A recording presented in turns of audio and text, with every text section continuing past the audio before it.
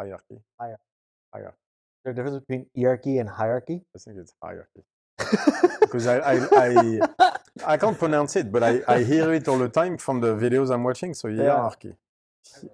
Well then, Hierarchy, whatever the fuck. I'm here to host today's podcast, guys. Let's just get rocking right into it. We're here to talk about the hierarchy of the nervous system. Some cool stuff. What I love about all this stuff is I'm a very intuitive coach. I see people, I start to read people, I start to make them do crazy cool shit. I find all sorts of different things happening as I'm training them, and I just kind of keep mastering that side of it. And then Julian comes along with these studies and papers and starts explaining them to me. I'm like, I feel like I've been doing that. He goes, yeah, but now we can explain it. There's science behind it. There's the reason it's happening. And I was like, you're right. It's needed. And it's. I think this is super cool. Like he was explaining it to me and mind blown because it really explains everything that I do in an assessment towards the nervous system and what we're really trying to accomplish when we're trying to get people to go there. Right, exactly. What I like about all this every time is he explains to us, in a way, we know it works, right? Yeah. But this explains to us why it works, which I find really cool because, it's like we did an episode about the emotional mapping, and that one, for example, we know it's there. Yeah. We still can't pinpoint exactly what is it, why is it there, why certain emotions and certain muscles seems to be connected. That one we know, we just can't tell you why. Yeah, I think it's just we've seen the pattern over and over again. So many times. I hate to say it, I haven't been wrong. Yeah, exactly. Well, yeah, but that's the thing is if you see the same pattern, that's how science works, by the way. It's hypothesis versus observation. So we have an hypothesis with emotional mapping, and so far, every single time, it came to exactly what we were expecting. Because that's how you do science. You make a prediction, and you see if it turns true. Right. Yeah. So far, it's been that. There. And so that's a little bit different. This one is hierarchies. Hierarchies. I could be wrong. Some English master is going to tell us how it's the hierarchies of the nervous system. What I found extremely interesting in this is the evolutionary system, right? The hierarchies have been built over time. This relates to vagal tone, because the ventral vagus nerve I talk about all the time, and how this is evolution to takes us forward through the ventral vagus nerve. Yeah. And there's a hierarchy into that as well between the default network and the executive control network. So I found that one was very, very interesting because we're going to explain it, but the executive control network is one step further than the default mode network. So there's an entire thing there that was that I thought was really cool. So do you want me to go technical first and then you explain what you see when you do, or you want to explain what you see in your assessment first? I mean, people I think can relate. I mean, to go with the technical part, and then I'll put it into the practical application type thing. So you guys can relate to what we're talking about. Yeah. So the idea of this, of the hierarchies of the nervous system, was this one is based on there's so many sides to this, because what we're talking about is interoception. Interoception is the monitoring of the inside signals. So that usually means the viscera, it means the gut and the heart. Why? Because those are the two main, most important signals, because it tells you that whether you're about to die or not. Right. So those are the loudest signals of the body. When I say loudest signals, that does not mean you can actually consciously feel them necessarily. It just means that this is what the body is going to monitor the closest. Right. That's what I mean by the loudest signals. Does not mean that's the loudest in your head, because we're going to get to that part. It just means those are the ones that the body monitors the most, because those are the most important ones when it comes to survival. So there's the gut, enteric nervous system, and the heart. Both have their own brain and their own nervous system. Sexual tract is one that I want to add to this, except that one is very, very hard for me to find on the pure technical side because it's not studied, right? Which I find very strange. I feel like a lot of that has been repressed. Let's push that deep down. Exactly. Let's just not talk like about Midwesterns, we just push that shit exactly. real deep. Let's just not talk about these things. Why would it matter? Just because the species requires it to survive does not mean it connects. Anyway, so hierarchies like this one is going to be based on the heart. Why? Because there's a huge correlation between HRV and what we're going to talk about, because of the huge correlation of the heart as part of the visceral signals. So that one is going to be on the hard side, and the hierarchy based on that. So what we see is the 8 levels to the hierarchy, and it's an incredibly complex system. So we start with the heart, and then the first level is going to be what they call intrinsic cardiac ganglia. That's the intrinsic cardiac system. That's just a nervous system of the heart, right? And so then you go to the levels from 1 to 8. The first 4 go all the way to the hypothalamic nuclei, and then you have even the first 4 are not signals that you are aware of necessarily. Those are not even they are more in the unconscious, because those are autonomic systems that you have no control over. They're just to make sure the shit works. Right. Your conscious mind has no idea it's happening. You can't feel it. You don't know it's happening, but there's entire stuff in the back that is happening. The reason the system is built like this is because you're busy with shit. Right. You're busy with survival. You're busy checking for bears to make sure work is going, finding a mate and everything. You don't have the time to control those things, and you cannot be distracted by them. You have Right. you have busier things to do, not more important, but busier things to do. So Yeah. as we move up the levels, we're going to go more toward conscious and conscious levels Okay. as you go. And as we move up, the control starts to take place more and more from the mind down. And so there's an entire game of prediction versus observation, as usual. Right. So when we go on the lower level, that does not mean that the prediction is not being done. It's just a prediction that is not done through the conscious mind. Right. It's certain networks of your brain and certain parts of your body have their own prediction system that they do that is not linked to a conscious mind. I think that's the part where people struggle the most, is understanding Right. that. Yeah. That the heart has its own prediction system Right. that is not linked to your mind. Right. Which is very hard for people to understand. They don't have all the control. That too. And also, I think that's the problem when we say prediction is people understand it as, oh, is it going to rain tomorrow? Right. Whereas nothing to do with that. I Yeah. think prediction is not a good word, honestly, but that's the one we have, Yeah. because it's the heart trying to figure out how it's going to feel next. The heart is his own brain, is his own. So then it sounds like we have a bunch of different entities in the body, and really that's true. And then they Work together. work together. Yeah. But so that requires a different view of the human body that the good old Cartesian, there's a brain Right. and then the body And does everything. whatever the fuck is Yeah. being told. It's not that at all. And so that's something we're going to go over again and More again about. and again. Anyway, so the first few levels are that. And then you start to go to our level 5 up.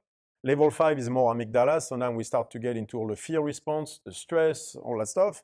And then it gets more toward conscious level on 6th and 7th level. So the 6th level is checking the monitoring of the visceral signals, so the heart and the internal nervous system, but right now. How do I feel right now? Right now. Okay. Right now.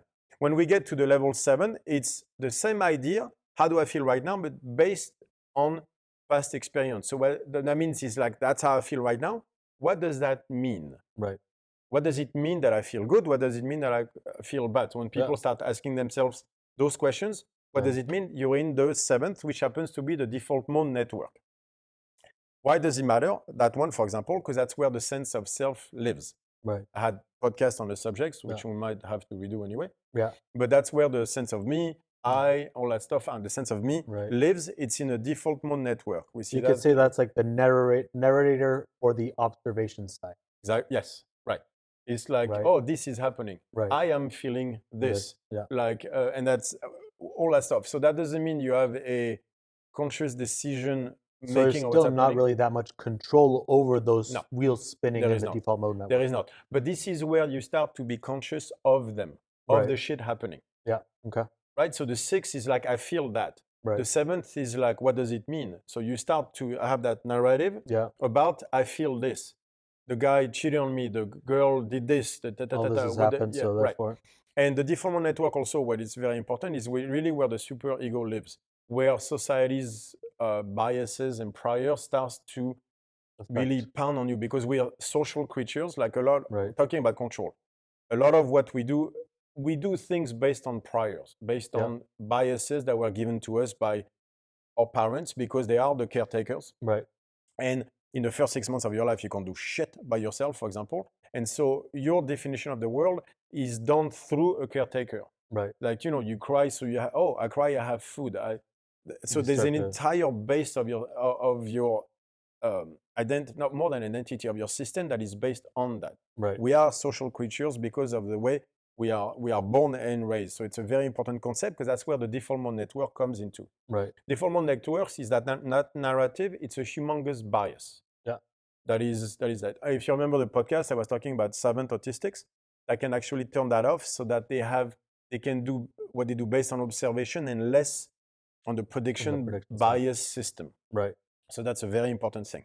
And what I think was the most fascinating part of all this is it was showing that the executive control network is actually the 8th hierarchy, one level more evolved than technically. Than the narrative. And so if you look, and I'll post the paper for you to read, it's a fascinating paper that's basically saying that the executive control network is the voluntary control of emotion. Yeah.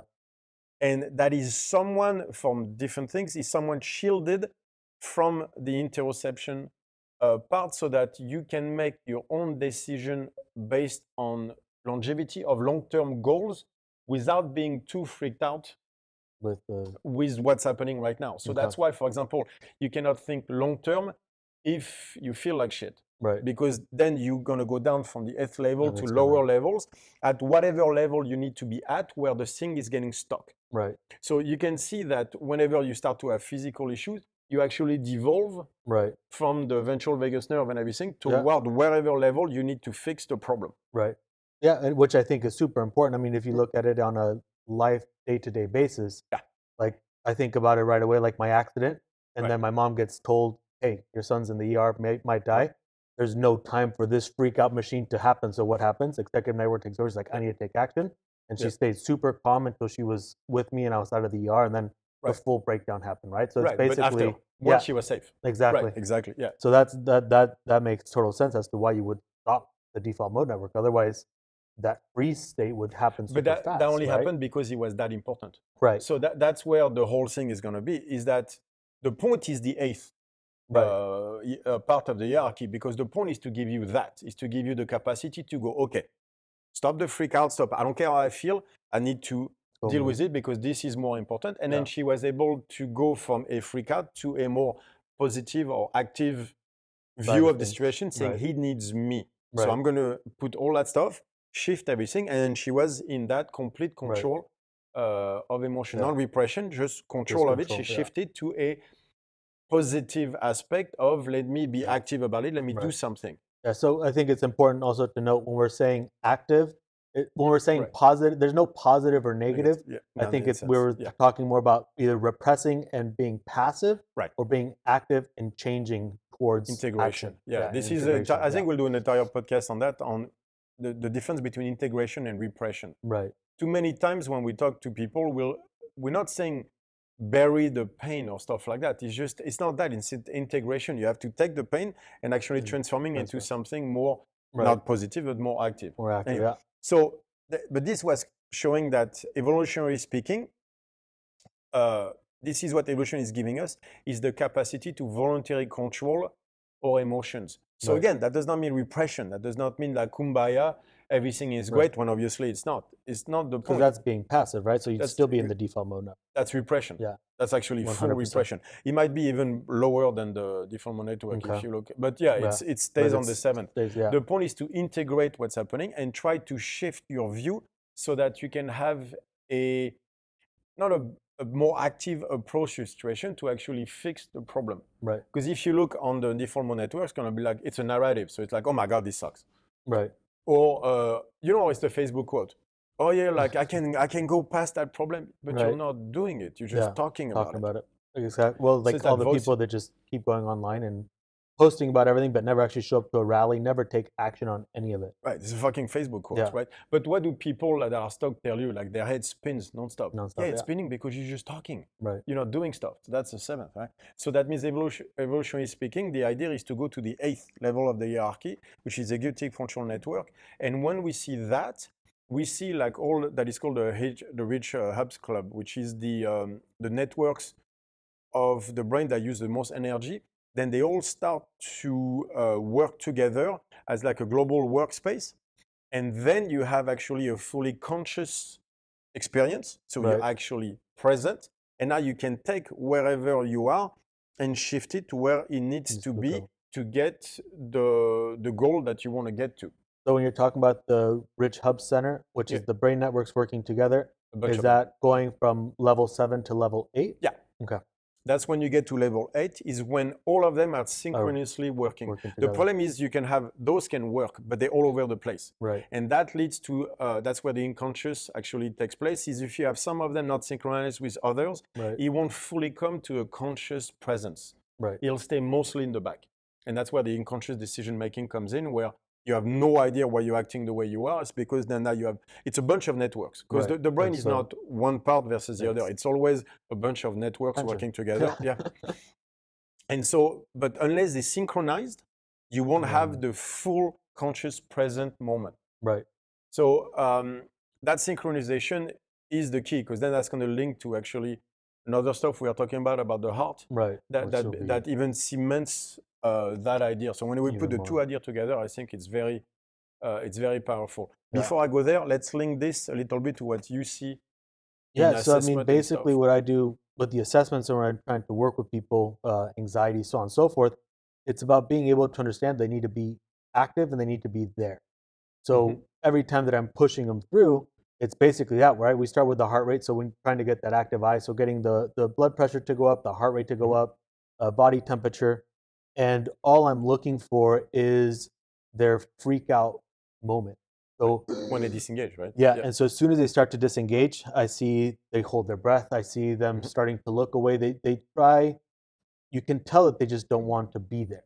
And so as soon as I do that, I bring them back and I bring them back. And so basically what I think I'm doing is I'm just taking them from the heart and I'm making them go up and they disconnect super fast until they come back down. And so basically I'm just going up and down until I can, Well, you I know, mean, you try to take them up, they go down, yeah. and then I you bring them back up, maybe to Yeah. a higher level, and then they go down. And so the idea is you're trying to And get it them to just- that 8th level Yeah. every time, right? And so every single time it keeps going and going and going. And so I can always tell when people are active, but it's basically that's all I'm doing is now it makes sense, like doing that bottom up. It's just Yeah, I'm doing that with cycles. certain muscles. Because you do that with Yeah. cycles a lot, right? And so I just basically do the cycles where if we were to talk about the heart rate and Yeah, making we're sure gonna get everything's into that. synchronized, Yeah, but yeah. basically, we're gonna get to that. yeah, I make sure that the whole body, the system as a whole is connected and it's unified in what it's trying to accomplish. So what I find very interesting, because we've seen that so many times, right? And I've seen it even watching you with the assessment, and it's been the same in mine, is you try to get them from the 7th to the 8th, Yeah. right? Basically level.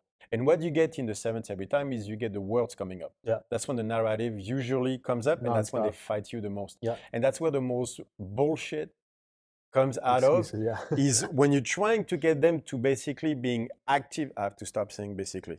He's Yeah. allowed to hit me every time I say it. Where we're trying to get them active. That's why we don't like positive versus negative, because I don't like using those words, because that's not what nature does. Nature does Yeah. function. What we see though is a passiveness into, it's basically making, go ahead, hit. I said basically, there you go. It's making excuses. Yeah. And we see that with the words. So we're Right. trying to get them to a voluntary control of the situation, of themselves, of the emotions, Right. but not repression. Just take that emotion and make it into something positive. You're fine dying with a sandbag. Right.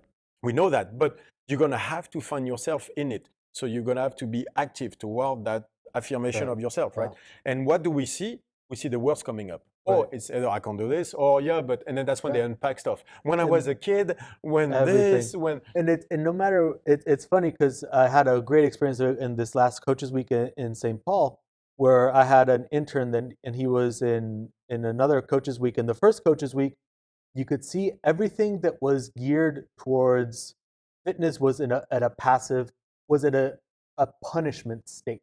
right, that's And another so one. that's a big one, right? Yeah, So that's a big one. it's that repression of I'm making myself suffer. Like Yes, it's still a passive state. it is. And this last one, it was great because he went out for a long walk and he came back and he was super happy. But still, like, for whatever reason, like this started to take over afterwards, going like, well, I didn't cry. I didn't get mad.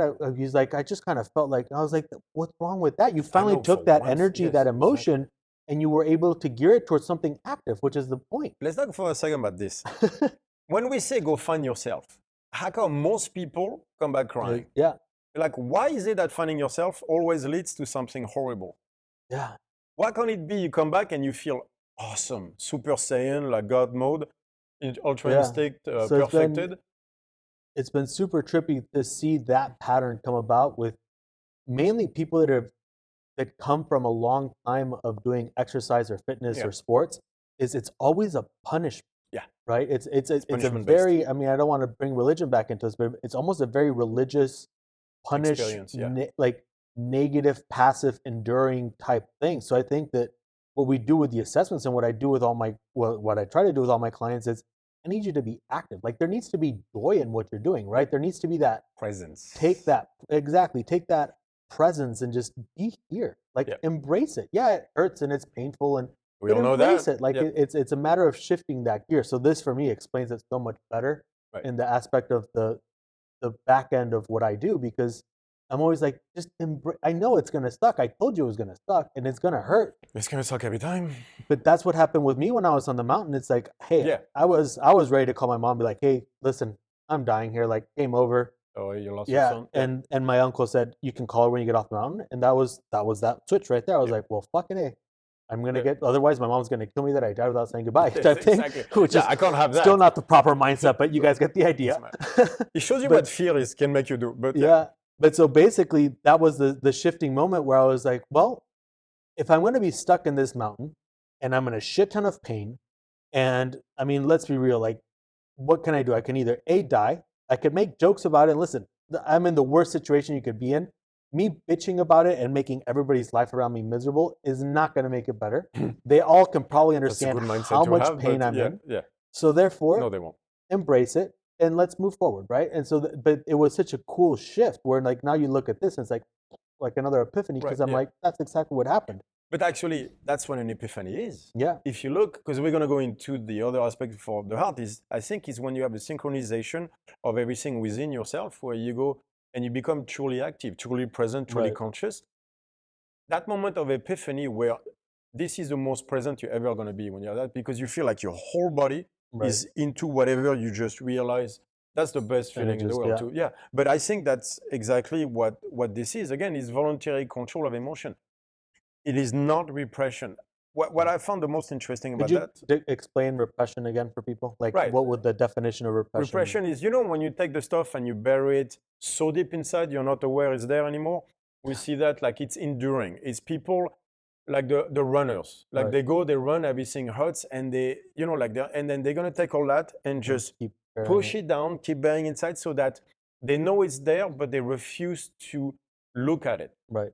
We see that in training all the time. Yeah. Sandbag, you see people, they're out. Like what I find fascinating is we have those songs that we use all the time where if you're not aware, like it's a 4-minute song, I don't know, like I'm the One from Justin Bieber, and every Yeah. time he says one, you have to do repetition.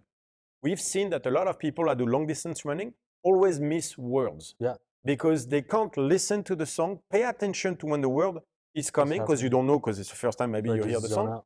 and do the rep. And they zone out because that's what they do. Yeah. They just take pain, bury it so they don't feel anything, and go fuck off somewhere, Yeah. but that is not there, that's for Yeah. sure, right? It's just Which a is- complete loss of presence.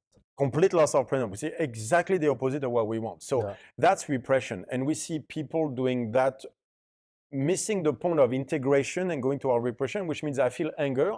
They take it, and And then they just- convince themselves that they don't feel anger, Right. which is not the same thing as acknowledging that you are angry about something and going, okay, I'm angry. Yeah. Now what? Now, exactly, now what? What am I going to do with that? Yeah. What actions can I take? And that's the voluntary control emotion would be that. That situation made me angry. I am angry now. I do not like angry. Good. So you take the angry, you use that energy toward the situation, and you go, how am I going to fix this situation so that the situation becomes something I want Right. instead of something I don't want? Yeah. So repression would be, I don't want it and I'm going to forget about it. Whereas active is, I don't want it, let me turn it into something that I want. So if it's a situation you have no control over, I understand, but you can still learn from it. Right. You can still learn never to be in that situation again. Again, yeah. Like a COVID situation. We're Yeah. going to change the business so they never have that much control over us ever again. Right. That would be a positive. Then let's go from a $2 million company to a $20 million company. Then they'll have less control over us. Right. If we go toward more online presence, then they won't be able to close us down when they Right. fucking shut down the border. Right. that's an active way of looking instead of going like, oh, it's happening, whatever, let's forget it's happening. Right. No, let's not forget. just get That's the back and- passive stuff. Yeah. Yeah, And if you look, exactly. this is when usually the words and the bullshit explanation comes in. Yeah. So that's being stuck in that 7th level. So that's where I see that is the repression being, and that's the superego Freud was talking about, like Yeah. the entire superego versus the id, where the superego is society's pressure toward bearing what you truly want for the good of the community. Right. Don't get me wrong, there was a time in this world where it was necessary because there was 30 predators outside trying to eat you. Right. You had to build a village a certain way. There were strict rules in place to keep everybody alive. Yeah. But thank God there's an evolution past that. We are evolving past that into the world that is safer, and the safer the world is, the more we can start to be ourselves, which Right. is toward the id, toward the The individual. individuality, toward that 8th level. Right. And so what I found very interesting with this is that crystallized the fact that the words that people use in training are a defense mechanism not to go toward active. 100%. That's what I saw. Because all those words, that's when we know someone is failing, is when they start talking. Yeah. If you're on the Always. sandbag and you start talking, you're failing. Yeah. Because that means you're not present. You're starting to give us, and even if it's not excuses, who cares? You're Right. still not going where we want you to be, Yeah. which is the total presence. Right. Yeah, I mean, that's one of the things I do with my clients. We'll just start with a song, and Yeah. they always miss 3, 4, 5 words. And I Yeah. was like, well, we're starting again. And then like, what? Why? I was like, were you not listening to the song? And then it's like, well, I couldn't quite hear I was like, Really? all Let me right. put it Let Yeah. me put it louder. Yeah. Yeah. That way you So can then hear it better. was, Yeah. so I've started to play with a new one. And so you take very simple words, so like 1 to 8, 1 to 10. Yeah. But they have to do the number of letters in the number. Oh, I like So I it. say 10, they have to do 3 reps. I say 4, they have to do 4 reps. I say 5, they have to do 4 reps. 6, and then you can Oh, do the I same like and then you it. start adding colors. So Oh, that's red, good. blue, yellow.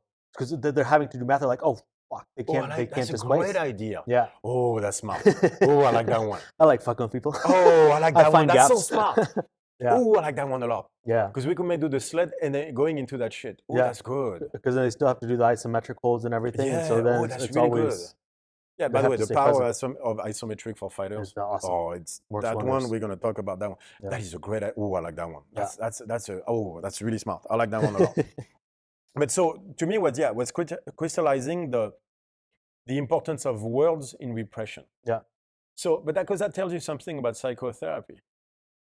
Right. Yeah, like where you only use words. So how do they make you deal with trauma? They make you take words, Talk about and it. so therefore stay passive. Yeah. The unpacking 100%. by definition will not allow you to deal with the trauma. Yeah. That's a little bit, I think, what Reich was saying. If you look at Reich, so the ones who don't know who Wilhelm Reich was, Reich, Right. he was a student of Freud, 1920 Vienna, and he went into so coming from Freud, it was psychoanalysis, Jewish German culture of using the words, all that stuff. It's actually Germany, like they lost so many scientists. Yeah. With Hitler, because Yeah. like the doctor was mostly like the German Jewish community owned science, from chemistry to physics to medical. It's crazy. Right. Anyway, that's culturally. And so you saw the Freuds relying on words, and you see a Reich coming who started to show that trauma was kept in the nervous system, not in the mind. Right. And so he wanted to fix it through movements. So he was making them shake, sexual orgasm. The I whole mean, thing. he went He went in In. deep. Yeah. literally. He went very deep, literally. And then he came to the States 1930 and taught to everybody like women to fix anxiety should have orgasms. That did not Which go is not well. necessarily wrong either, though. I think he was right. That Yeah, did not go well. Because Let's put it if you this think way. about it, an orgasm is a woman truly being present in that moment. Right. So it and creates plus, it's presence. an overwhelming. It takes you to the executive control. Right. It's an Right. overwhelming experience that Yeah. that wipes out the somatic error. So anyway, okay. So not the Long- point, guys, but yes, Anyway, it is kind of the point. and so Reich was Not how we are applying it, though. Exactly, yeah. Well, it depends how you play. Yeah. We are not going down that road. We are not going to sell that solution, but that doesn't mean it's not a good one. Anyway, oh yeah, right. So Reich comes in and he has physical ways of dealing with trauma instead of words. I think the entire thing of Reich was going. He understood intuitively, without knowing all this, that he What needed to needed. go toward an active acknowledgement of things instead of passive using the words to get out. I Yeah. think it's the 7th to the 8th. That's the step, and that's what he was trying to accomplish. Right. And I think he was, and I think we took that and we're just getting further with it. Right. That Reich was going. I think we are able to go one step further. That's why he was starting to talk a little bit about emotional mapping, but we're taking it much further because with his own biases, he refused to see that gymnastics training could Right. be a way. For him, there was only one way, his way. Right. Well, I mean, strength training maybe wasn't a thing. Training in general. Actually, he like, talked about it in Character Analysis, his book, Yeah. saying like some guys told him like gymnastics could help, and he said, no, you're missing the point. okay. He wanted it his way. He was Yeah. schizoid for many reasons. His ego got, I think, honestly, I think his ego. But don't get me wrong, he was being attacked so much left and Right. right that he made him a bit defensive about. And then he was so, like, that's when he started to go into organ energy. Right. And then he's, yeah, he went. He wanted to go one way. Yeah, and he did go there. He knew where the control would be. Unfortunately, right? yeah. But so I think we are, in a way, the successors of Reich on this. Is Yeah. we're taking his work and we're going one step further. Right. That's how I see a lot of what we do on the software side is really Yes. taking Reich's work and going further with it. Right. That's how. Yeah. Yeah, because you see, I mean, but you see it on everything. I mean, even looking to like Eastern medicine, like maybe not Eastern medicine, but you start to look at Osha, who was the guru that started the cult in Oregon, and you watch. I think the polyvagal theory wasn't around with Reich either, though, right? No, so that was no, a that thing. came- So that's a huge leap Yeah, I forward know, too. Well, I didn't know about the ventures Vegas nerve. Yeah. So Like that's Reich, I mean, Reich did not have the information we have Yeah. today. The polyvagal theory, we're talking. It's been what 40 years? 40 years, Because yeah. HRV is 1970. Polyvagal theory is I don't even know. I should know obviously because I use it all the time. But I'm the one who keeps talking about it. Yeah. But we're talking 20, 30 years. Max. Yeah. So Yeah. that's. I mean, I think everything's starting to align to kind of put the intuitive way of acting and coaching people and having the science to back it up.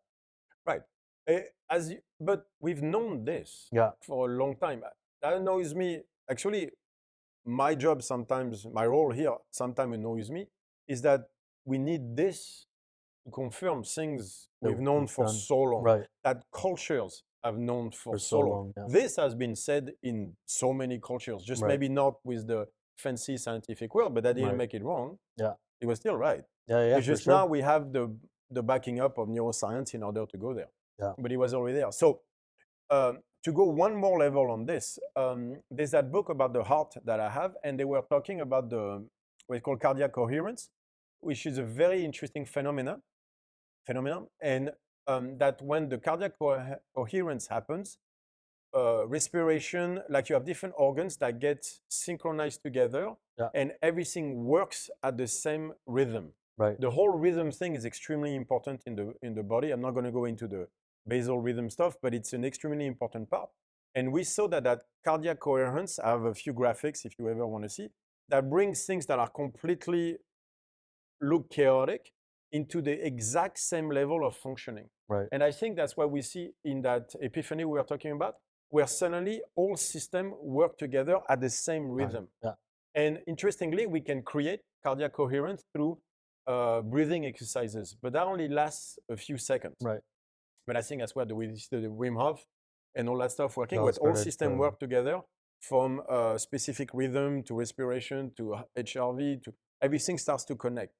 The one way they were showing to have that feeling to be long lasting was through their way, and they showed it was in that book they were explaining as shifting toward positive emotion. Right.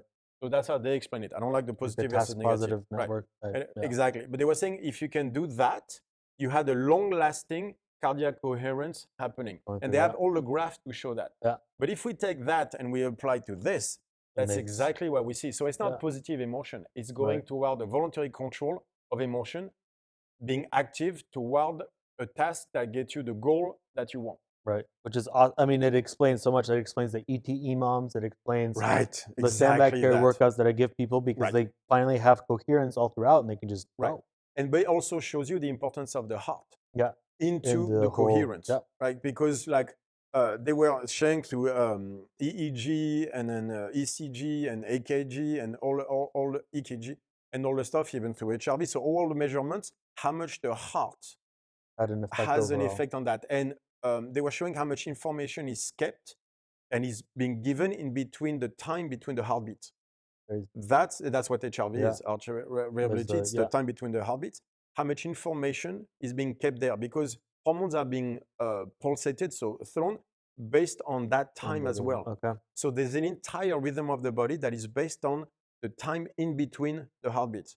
Crazy. And then after our heart, the heart pumps, Yeah. with you also have a detection system to the arteries to see how hard the blood is pumped. Okay. That changes things as well. Right. And so all that stuff is a very, very precise system that carries so much information. Right. And that's based on what the heart is doing. So when you have cardiac coherence, Then it shifts the entire body into that zone that feeling that we all love through epiphany or being in the Right. zone or whatever. That's cardiac coherence. And that's where the executive control network takes us. Yeah. So if we can have those two, Yeah. then we Then get it all goes through. to the, and that's Which I think that's what I'm. exactly. That's what we do, because basically I stress you to the point where there's no Mhm. coherence, and then I bring you back. So I'm just teaching the system it can keep handling the Right. stress until it all becomes coherent. It just goes. And it's able that to have would the be change of emotion. the pinnacle of evolution right now. Yeah. Uh, That's fucking awesome. through the eventual, that's Yeah. what that high socialization feels like. That Right. that is the pinnacle of evolution. It's that spot. Is that? So Yeah. the top of the arch is that moment Being the right there. individual, Right. being able to shift Yeah. the emotion. That ultimate presence in the moment that Right. we try to get through the workout. That's freaking awesome. Yeah. I So like that's it. why I think, and so that's why we see the power of the workouts we make people do. Yeah. That's what the power is. And so to me, that's Which- what this was explaining. Right. So breathing can still technically be more of a passive state, right? I mean, it's more like, yeah, it's only one part. passive in the sense of you're talking about a few seconds. Yeah. It's a fix if you want. So you are creating Yeah. coherence, but it's a very short thing. Right. To have long lasting and to being able to, because the point is to control it and bring it up. Yeah. Then it requires that being present, that activeness into what you're doing. Right. The breathing in that sense is still passive, or it's less passive than the other stuff. Like said, people like Right. get the massage or something, Right. but it's still not as active as a voluntary control of emotion. Right. Toward that, because the active state is that. Right. But again, there's that presence, and again, not repression, Yeah. integration. Taking the stuff, being present within it, accepting then it, and then integrate. shifting it to where it needs to go Yeah. to get you your goals. I like That's the pinnacle of evolution. I think that's a great wrap up. I The believe pinnacle of that is. evolution. I believe it is. Awesome. Solid, guys. Are we supposed to do all this stuff? No. No. Have a good Click one, there, guys. subscribe, and no, we don't even Do all do the that. cool stuff. Yeah. Search exactly. StrongFit, Julian Pinot, Richard Whatever, DeSantis, Red all that Bear stuff. Kudo, Yeah. all the exciting Whatever. things. Whatever. We'll see you guys soon. See you guys soon. Later. If you want to support the podcast, head on over to podcast.strongfit.com. There you could donate or join the YouTube channel. Also, go to strongfit.com. There you're going to find our online courses, education, and all of our seminar dates should be there as well. Head on over to strongfitlibrary.com to keep up to date on everything Julian's been working on. And follow StrongFit1 on Instagram and Tyler F. and Stone.